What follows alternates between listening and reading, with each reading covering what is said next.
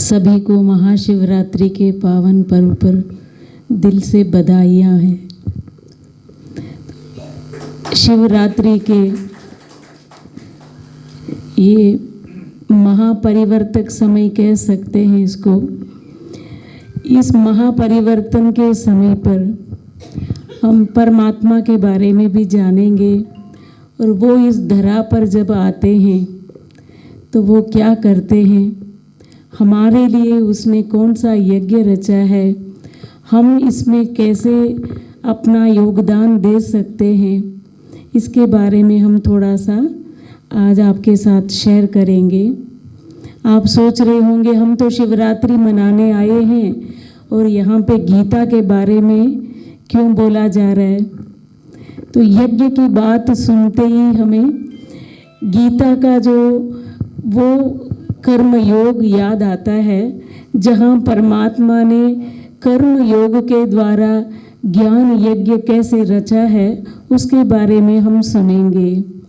यज्ञ शब्द सुनते ही हमारे मन में एक सुंदर पिक्चर आता है कि जैसे आप सामने भी देख रहे हैं, जैसे यज्ञ कुंड भी मन में आता है और चारों तरफ ब्राह्मण लोग बैठ करके उस यज्ञ में आहुति डालते हैं, स्वाहा स्वाहा करते हुए घी, तिल, चावल, जौ, इन सब चीज़ों का आहुति डाला जाता है।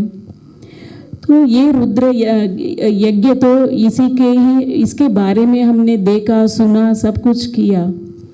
लेकिन यज्ञ शब्द का अर्थ कुछ और भी है, सिर्फ यही हवन करना नहीं है। बहुत ऊंचे, बहुत हायर पर्पस, लक्ष्य को लेकर के जब हम कोई भी अच्छे कार्य करते हैं उसको भी यज्ञ कहते हैं। यज्ञ अर्थात त्याग, सैक्रिफाइस करना कहते हैं। सैक्रिफाइस ही कहा जाता है इसको। त्याग शब्द भी यज्ञ के लिए ही कहा जाता है। दान भी कहते हैं। और बहुत दृढ़ता के साथ हम जो भी कुछ कर्म ऐसे करते हैं, लक्ष्य की ओर जब हम बढ़ते हैं, बहुत ही अंदर से जब दृढ़ता होती है, उसके लिए भी कहते हैं ये तो यज्ञ है, बड़ा यज्ञ है। तीव्रता के साथ कोई चीज़ हम करते हैं उसके लिए भी कहते हैं ये तो यज्ञ है। यज्ञ तो एक आर्ट ऑफ लिविंग भी इसको हम कह सकते हैं। जीवन जीने की कला भी कहेंगे इसको, यज्ञ को। परमात्मा तक जोड़ने का एक सुंदर ब्रिज भी कहेंगे इसको। परमात्मा मिलन की अनुभूति भी ये यज्ञ करा देता है। यज्ञ शब्द के साथ कुछ और चीज़ें भी जुड़े हुए हैं। कहते हैं ना, एक डिविनिटी, चैरिटी और यूनिटी, ये एक सिद्धांत है, फिलॉसफी है यज्ञ का। डिविनिटी का अर्थ ये होता है जब हम यज्ञ करते हैं हमारे अंदर के जो देवत्व की विकास करते हैं हम। देवत्व माना यहाँ पे आत्मचिंतन, आत्मनिरीक्षण, आत्म अवलोकन करना, इसको ही हम डिविनिटी कहेंगे। सिर्फ मंत्र जाप करना और आहुति देना वो नहीं है, लेकिन यज्ञ के अंदर जैसे हम एंट्री करते हैं, आपने देखा होगा एक दिव्यता का अनुभव अपने आप में ही होता है। हम भी यहाँ महसूस करेंगे कि यज्ञ कुंड के अंदर हम प्रवेश कर चुके हैं और परमात्मा ने जो ज्ञान यज्ञ रचा उसके बारे में तो हम जानेंगे ही, लेकिन स्वयं को भी उस यज्ञ में हम महसूस करें। चैरिटी भी कहते हैं। यज्ञ में तो आप देखेंगे लौकिक में यज्ञ होता है तो सब लोगों के मन में क्या आता है, हम क्या दें। यज्ञ का अर्थ ही है दान करना। लोग सोचते हैं कि अपने घर से द्रव्य मटेरियल चीज़ें लेकर जाते हैं यज्ञ में, उसमें वो खुद भी सहयोगी बनना चाहते हैं। तो यहाँ चैरिटी का अर्थ ये है स्वयं भी हम अपने आप से ज्ञान से भरपूर हो जाएं और अन्य आत्माओं को भी परमात्मा से जो लिया उसका, उस श्रेष्ठ ज्ञान का हम दान करते रहेंगे। फिर देखा हमने सामूहिक रूप में ही यज्ञ किया जाता है। यूनिटी में ही बैठ करके, कभी कोई अकेले बैठ करके यज्ञ नहीं करता है। तो इसीलिए हम सामूहिक रूप में आज बैठ करके ऐसा संकल्प लें, जो हमारा महापरिवर्तन, जो शिवरात्रि का अर्थ यहाँ पे हम सुन रहे हैं, महापरिवर्तन का समय आ गया। तो इस समय हम बैठ करके उस सामूहिक रूप में अंदर से संकल्प लें और महापरिवर्तन का अनुभव भी करें। अब गीता में जो यज्ञ की बात आती है, तो सबसे पहले तो कर्म योग होता है।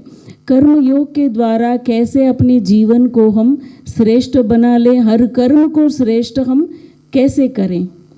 तो वो बात जैसे आती है, एक सुंदर सा एक परमात्मा का महावाक्य है, सह यज्ञ प्रजा सृष्ट्वा पुरोवाच प्रजापतिः अनेन प्रसविष्यध्वं येषवोत्तिष्ठ कामधुक्।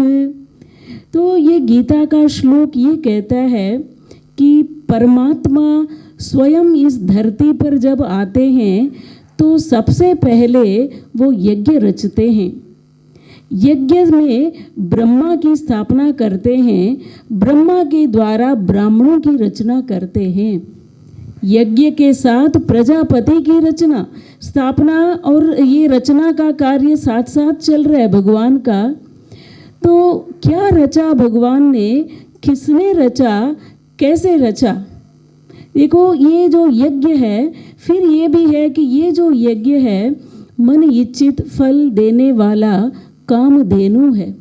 कितना सुंदर शब्द हम सुन रहे हैं कि हर इच्छा की पूर्ति, हर मनुष्य पूजा पाठ आराधना जो भी करता है, कुछ ना कुछ मन में शांति की इच्छा लेकर के करते हैं, या कुछ ऐसे अंदर से रहता है कि मेरा ये काम पूरा हो जाए।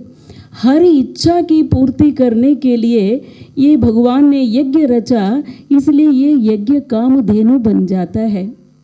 तो हम सभी चाहते ही है कि हमारे अंदर की हर मनोकामना आज पूरा हो जाए, हम सभी चाहते हैं ना। तो फिर ये प्रजापति माना वो कौन, प्रजाओं को रचने वाला कौन, यज्ञ रचयिता कौन। अब प्रजापति कहो या प्रजापिता कहो, वो एक ही है, ब्रह्मा है।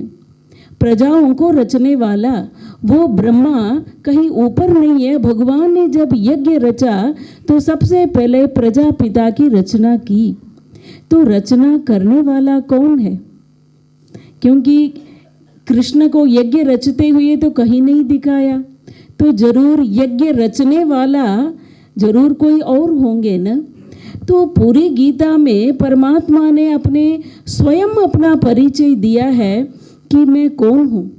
हम सुनते ही आ रहे हैं, तो सबसे पहले तो परमात्मा कहते हैं मैं अव्यक्त हूँ, इन आँखों से मैं दिखाई नहीं दे रहा हूँ, मैं अदृश्य हूँ, मैं अजन्मा हूँ।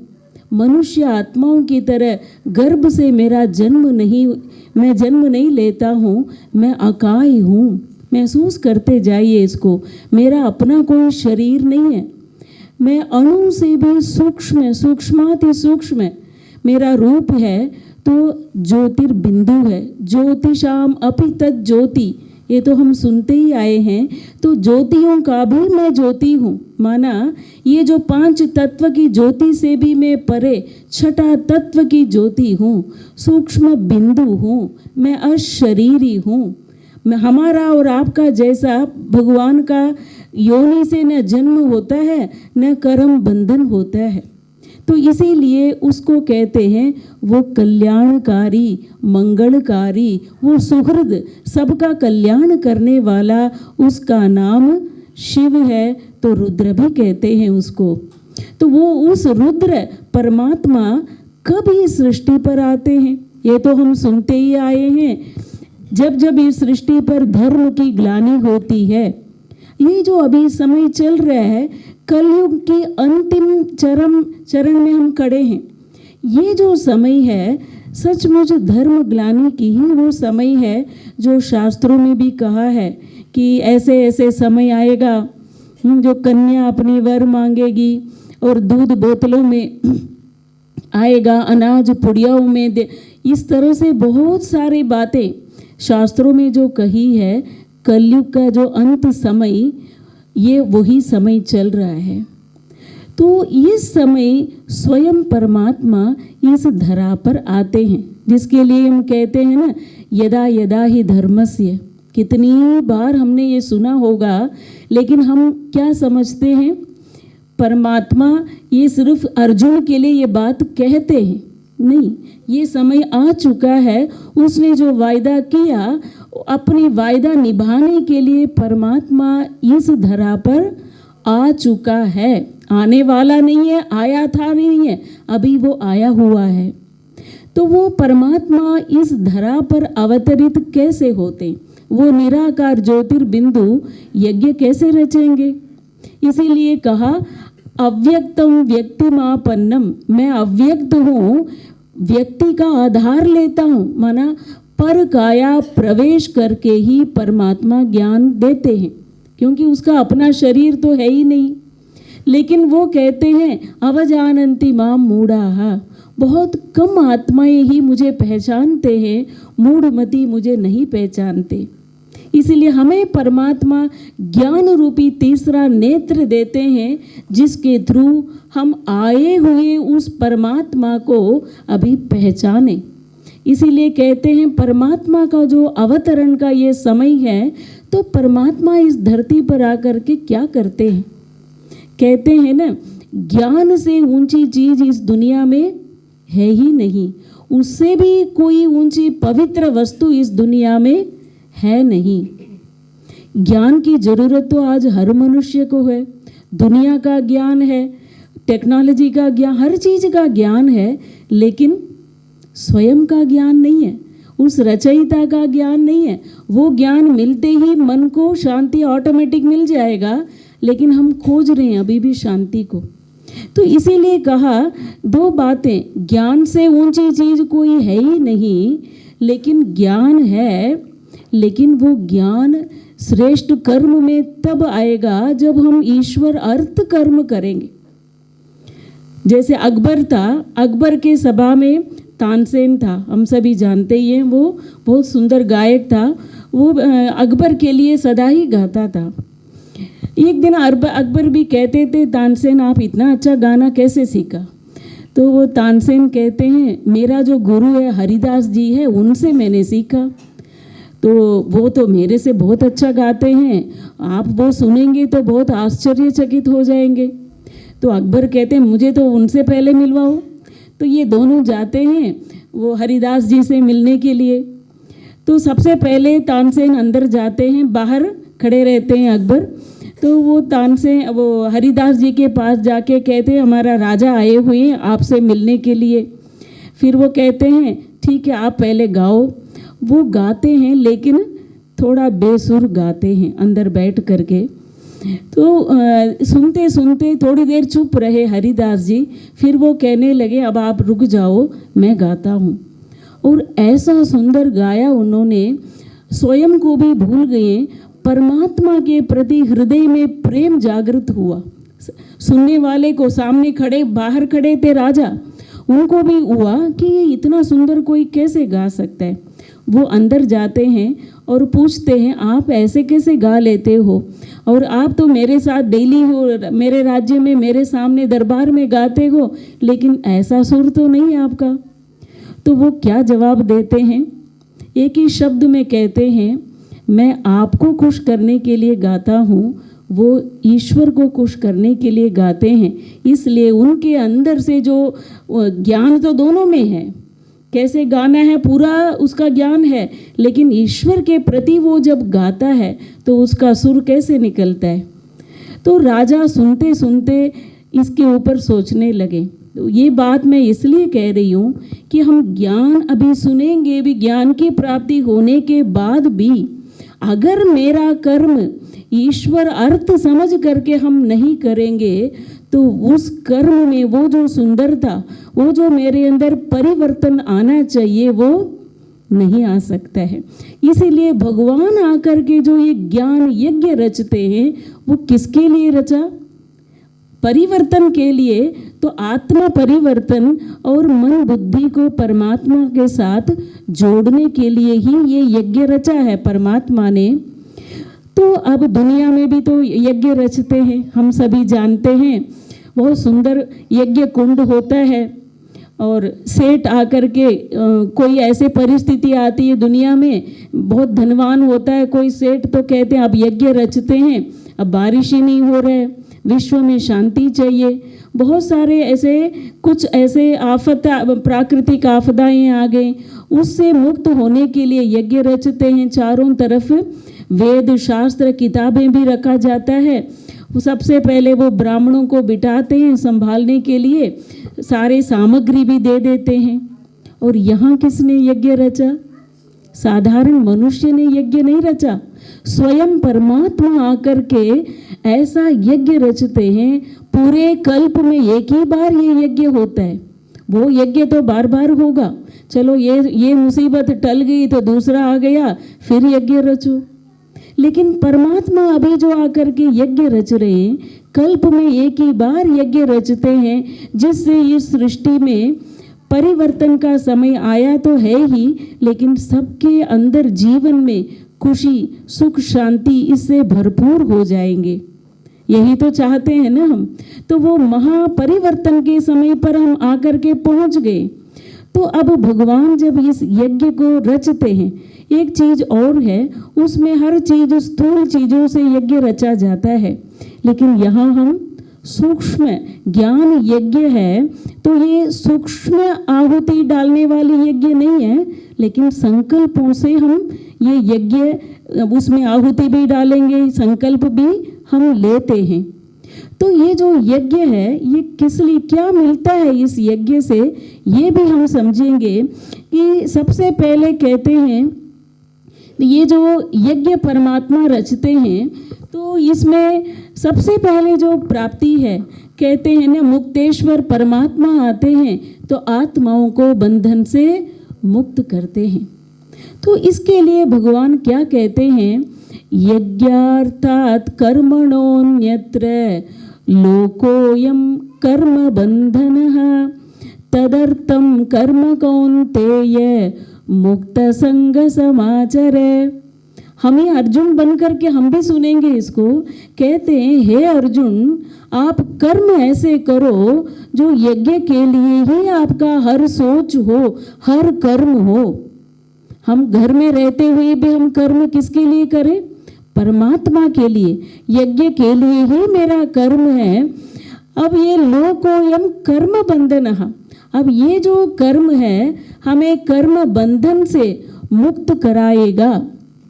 कितना बड़ा है। अगर लोग कहते हैं ना कर्म कर्म ही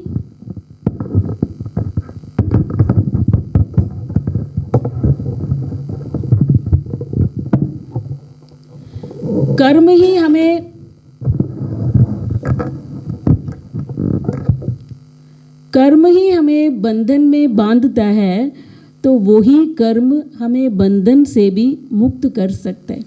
कर्म से ही तो हम बंध रहे हैं ना। तो कर्म से मुक्त कैसे होगा? मुक्त संग समाचर है। जब हम मुक्त माना अटैचमेंट से मुक्त हो जाएंगे, हमारा आसक्ति रहित कर्म होगा, निस्वार्थ अगर हम कर्म करना सीख लेंगे। आप कहेंगे ऐसे कैसे होगा, हो ही नहीं सकता। लेकिन कर्म और कर्म फल को भी तो अर्पण कर सकते हैं ना। ऐसा जब हमारा कर्म होने लगेगा, ये कर्म ही मुझे बंधनों से मुक्त करेगा। तो कितने बड़ी प्राप्ति है इस ज्ञान यज्ञ में आकर के हम ज्ञान सुनेंगे तो हमारे जीवन में कितनी सारी प्राप्तियां हैं। सबसे बड़ा भाग्य यज्ञ प्रसाद कहा जाता है। हम सुनते हैं ना, जब भी हम यज्ञ में जाएंगे तो क्या होगा, हम जरूर यज्ञ प्रसाद काके ही जाएंगे। वो तो छोड़ेगा ही नहीं, कोई भी छोड़ना भी नहीं चाहिए। उसके बारे में भी परमात्मा का एक बहुत सुंदर निर्देश है। वो क्या कहते हैं, इष्टान भोगान ही वो देवा दास्यन्ते यज्ञ भाविताः तैर्दत्तान प्रदायैभ्यो यो भुङ्क्तेस्तेन एवशः। भगवान कहते हैं देवताओं के थ्रू, प्रकृति के थ्रू मैं बहुत सारे चीज़ें भोग्य वस्तुएं मैं प्रदान करता हूँ। अब आप देखिए, जिसको हम देवता कहते हैं प्रकृति है, वो कितना कुछ दे रही है। तो हमारे भोग्य वस्तु माना जीवन जीने की जो भी जरूरी चीज़ें हैं परमात्मा देते हैं प्रकृति के द्वारा। तो जब हम उस सबको चीज़ों को ले रहे हैं तो जरूर हमारा जो कर्तव्य क्या है, अंदर से हम उसको अर्पण करेंगे। परमात्मा के प्रति जब वो अर्पण किया जाता है वो बन जाता है यज्ञ प्रसाद। मैं कमा रहा हूँ, मैं ही खा रहा हूँ, ये तो हम सोच लेते हैं कई बार। मेहनत मैंने किया ऐसा भी सोच लेते हैं, लेकिन मेहनत करने की शक्ति भी तो वही देता है ना। तो दाता भी वही है, करवाता भी वही है। तो इसीलिए हमारा कर्तव्य क्या बन जाता है, हम परमात्मा के प्रति उस भोग को अर्पण करें। यहाँ सिर्फ खाने की बात नहीं है, भोग्य वस्तुएं माना जो भी मेरे पास है, धन है, घर है, परिवार है, बच्चे हैं, क्या हम इसको भी यज्ञ में अर्पण कर सकते हैं? ये हमारा पहला धर्म है कि ये उसके प्रति अर्पण करें। फिर वो तो रखेंगे नहीं, वो तो हमें क्या करेंगे, अब आप रखो संभालो। तो इसीलिए हम भोजन का भी तो भोग लगाएंगे और हर चीज को ईश्वर अर्थ हम अर्पण करके ही उसको स्वीकार करेंगे, क्योंकि ये बहुत बड़ा भाग्य वो हमारा यज्ञ प्रसाद बन करके हमारे पास वापस आ जाता है। इसलिए कहते हैं यज्ञ शिष्टासन संतो, जो भी यज्ञ में अर्पण करने के बाद जो हमें मिलता है, शिष्टा माना जो बचता है, यज्ञ शेष कहा जाता है उसको, वो अगर हम स्वीकार कर रहे हैं, धन अर्पण किया उसके बाद अगर मैं उसको स्वीकार कर रही हूँ तो वो क्या बन जाएगा, वो भी यज्ञ शेष बन जाता है। उसके बाद भोजन अर्पण करके उसको हम अपने लिए भी यूज़ करेंगे, दूसरों के लिए भी, और विश्व कल्याण अर्थ भी उस धन को, उस संपत्ति को हम यूज़ करते हैं। तो इसीलिए इतना बड़ा प्राप्ति है इस श्रेष्ठ यज्ञ का। तो एक तो हम भोग लगाना ही एक संकल्प आज लेंगे, उसको अर्पण करके ही खाएंगे। दूसरा, हर चीज़ उसको अर्पण करेंगे, क्योंकि दाता तो वही है ना। तो ज्ञान लेंगे लेकिन हम उसको क्या करेंगे, परमात्मा के प्रति इसको अर्पण भी हम करेंगे।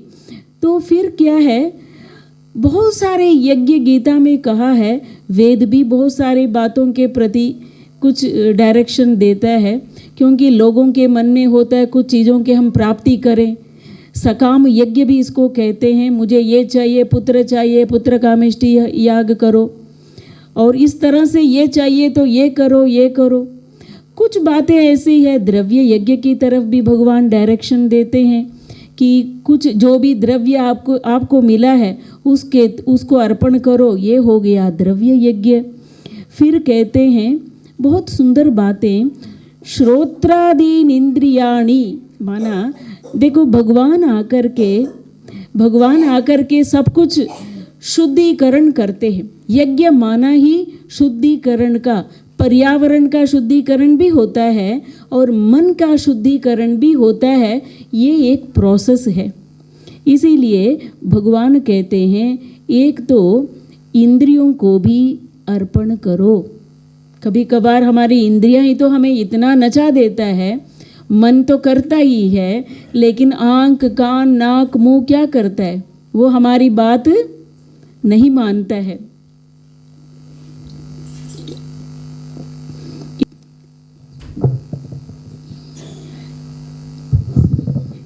इसलिए परमात्मा कहते हैं हर इंद्रियों को ईश्वर के प्रति अर्पण करो।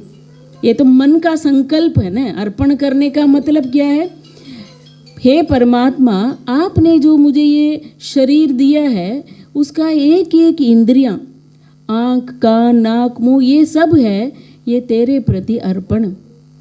इसको कहते हैं आत्म संयम इंद्रियों के द्वारा हम प्राप्ति करें।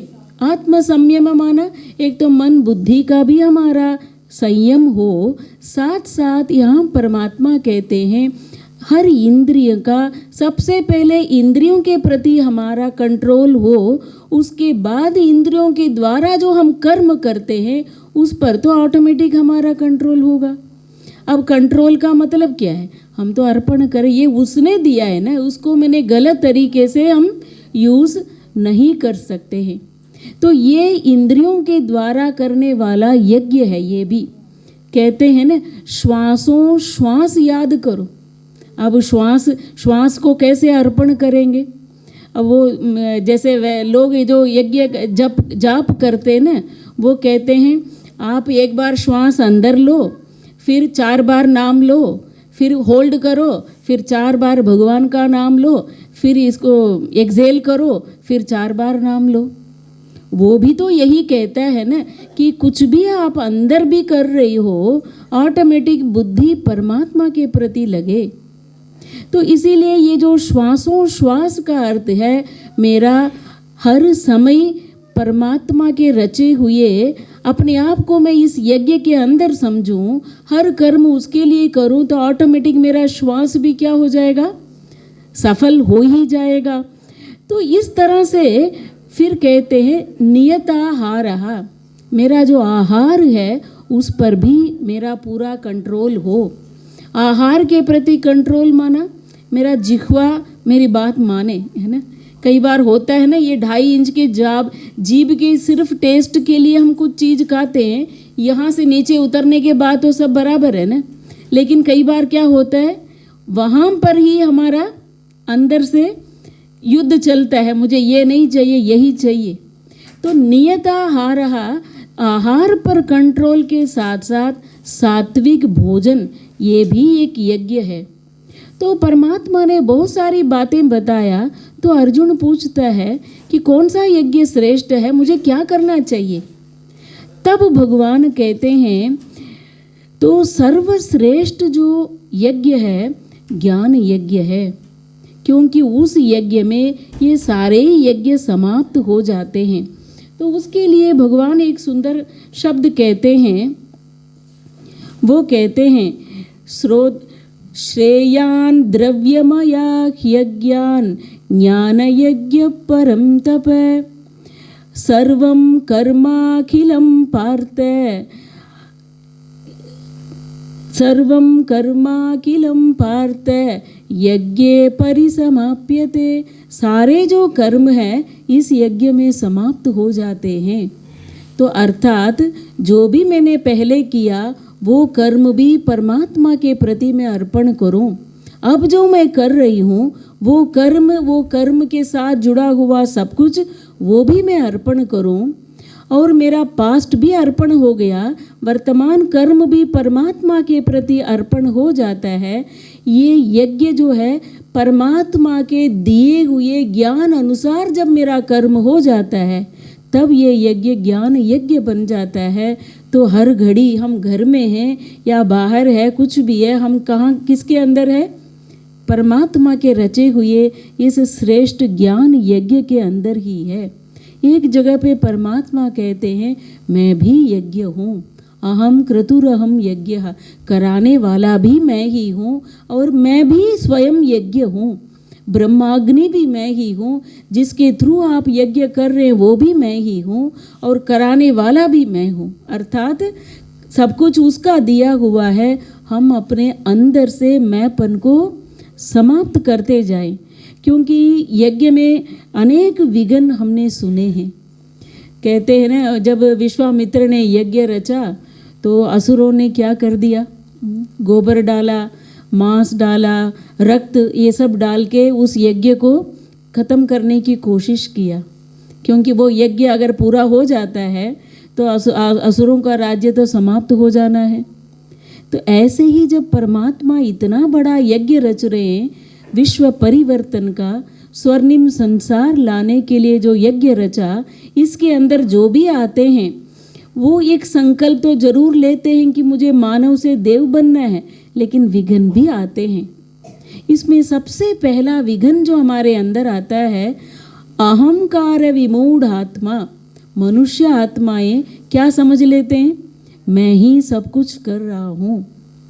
कराने वाला परमात्मा, देने वाला वो है, लेकिन बीच में क्या आ जाता है? मैं और मेरा। तो ये जो अहंकार जब आ जाता है तो हमारे जो आत्म उन्नति रुक जाता है। तो इसीलिए सबसे पहले इस विघन को हमें पहचानना है। वो पहचान में नहीं आता है। कहते हैं ना, जिसने अपने अहम को पहचाना है वही परमात्मा को पहचान सकता है। तो अहम को पहचानना बहुत मेहनत का काम है, लेकिन जब जैसे हम उसको पहचानेंगे, इस मैंपन को इस यज्ञ में हम खत्म करेंगे। दूसरी बात, जैसे कहते हैं ना कि काम और क्रोध, ये काम, क्रोध और लोभ, ये तीनों ही नरक का द्वार कहा भगवान ने। कई बार हमने सुना भी है, पढ़ा भी होगा, सब कुछ किया होगा, लेकिन किसी ने किसी को कहा, मेरे लिए तो नहीं था वो। लेकिन यहाँ पे आज हम इसको पक्का करेंगे। क्रोध और कामेशु क्रोधेशु दोनों यूज़ कर रहे हैं बाबा यहाँ परमात्मा। कामेशु क्रोधेशु दोनों ही रजोगुण से उत्पन्न हुआ है, वही मेरा पतन का कारण है, नरक की तरफ हमें लेकर के जाता है।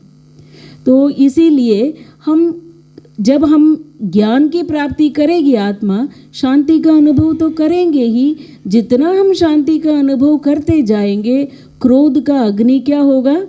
धीरे धीरे शांत होता जाएगा। तो काम और क्रोध आपस में भी उसका कनेक्शन है। मेरी इच्छाएं, मेरा जो विकार है पूरा नहीं होता है तो क्रोध ऑटोमेटिक आता है।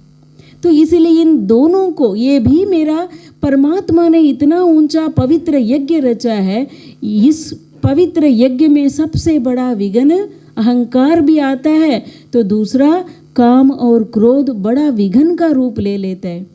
क्योंकि इसीलिए तो रुद्र को कहते हैं ना, जब वो तांडव नृत्य करते हैं तो सारे ही जो काम, क्रोध, लोभ, मोह, अहंकार दूर भागता जाता है।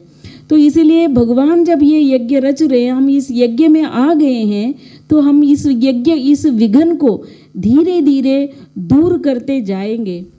तो काम और क्रोध ये भी विघन है हमारा। इसके साथ हम एक और बात भी सुनेंगे। इसमें ये कहा है कि संशय बुद्धि विनश्यन्ति। जब हम परमात्मा के बारे में सुनते हैं, उसके ज्ञान को सुनते हैं, दुनिया की बातें सुनते हैं, तो हम कहते हैं हाँ जी सतवचन, लेकिन भगवान आकर के ज्ञान देते हैं तो हमारे मन में क्या आता है? संशय आता है। जब संशय मेरे मन में आ गया तो जरूर हम, निश्चय तो आएगा ही नहीं, प्राप्ति भी नहीं होगी। इसीलिए कहा संशय बुद्धि विनश्यन्ति कह दिया। मतलब निश्चय से मेरा विजय है, ना कि संशय से। तो ये भी एक बहुत बड़ा विघन बन जाता है। देह भान को भी मुझे छोड़ना है और काम, क्रोध, विकारों के प्रति भी मुझे सतर्क रह करके उसको पहचान करके छोड़ना है, अहंकार को भी छोड़ना है। तो ये परमात्मा ये जो यज्ञ रच रहे हैं, इस यज्ञ की रक्षा के लिए भगवान ने यज्ञ पिता, प्रजापिता ब्रह्मा को बिठाया, साथ साथ यज्ञ माता जो मातेश्वरी जगत अम्बा, ये दोनों ही इस यज्ञ के रक्षक है, यज्ञ माता और यज्ञ पिता। तो जब हम इस यज्ञ में आ गए, यज्ञ करने के लिए, ज्ञान सुनने के लिए, तो हम भी इतने श्रेष्ठ यज्ञ जो भगवान ने रचा, इसकी रक्षा करने के लिए, इसमें हम भी आहुति देने के लिए अपने आप को क्या करें? तैयार कर ले। क्योंकि यज्ञ की रक्षा हम नहीं करेंगे तो कोई और कर सकता है? नहीं, क्योंकि यज्ञ करने के लिए ही तो ब्राह्मणों को रचा है ना भगवान ने। तो इसीलिए ये जो यज्ञ है 1937 से भगवान ने रचा, 90 साल से भगवान का ये यज्ञ चल रहा है। अब आप देखिए 90 साल से यज्ञ चल रहा है, ऐसा तो नहीं चलता ही रहेगा, इसका भी तो अपना एक समय होगा ना।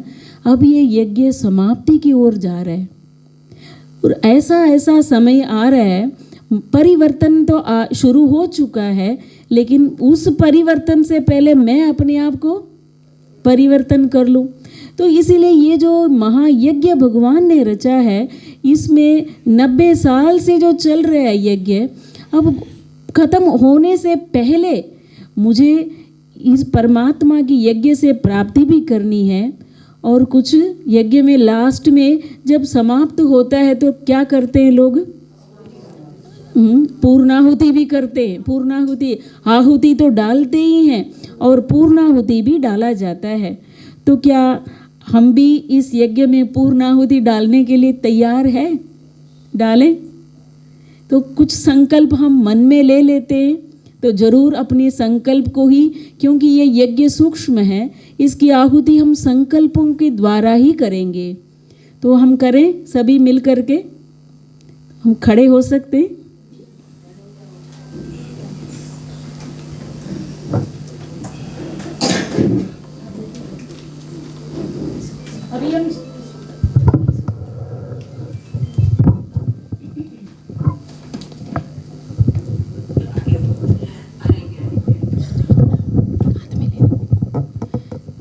अभी हम एक अंदर दृढ़ चित्त से कुछ संकल्प आज हम करेंगे, क्योंकि हम यज्ञ करने के लिए, यज्ञ सुनने के लिए आए हैं, ज्ञान यज्ञ। तो एक 3-4 संकल्प मैं आपको देती हूँ, तो ज़रूर हम इसका अंदर से स्वाहा करने का संकल्प लेंगे। तो मैं आत्मा हूँ, तो मैं देहभान का स्वाहा करने का संकल्प लेता हूँ। हे परमात्मा, मेरा सब कुछ आपका है। मेरा ये शरीर, ये इंद्रिय, ये सब कुछ आज मैं आपके लिए स्वाहा कर रही हूँ। मैं अपने आप को भी इस यज्ञ में संपूर्ण समर्पण कर रही हूँ। बुराई को भी मैं अर्पण कर रही हूँ। मेरा हर श्वास आपके लिए है। मेरे पास जो कुछ भी है, ये संपत्ति, धन दौलत, ये परिवार, सब कुछ आपके लिए ही है। ओम शांति। हम भी इस यज्ञ में भाग लेने का आज से शुरुआत करेंगे। ओम शांति।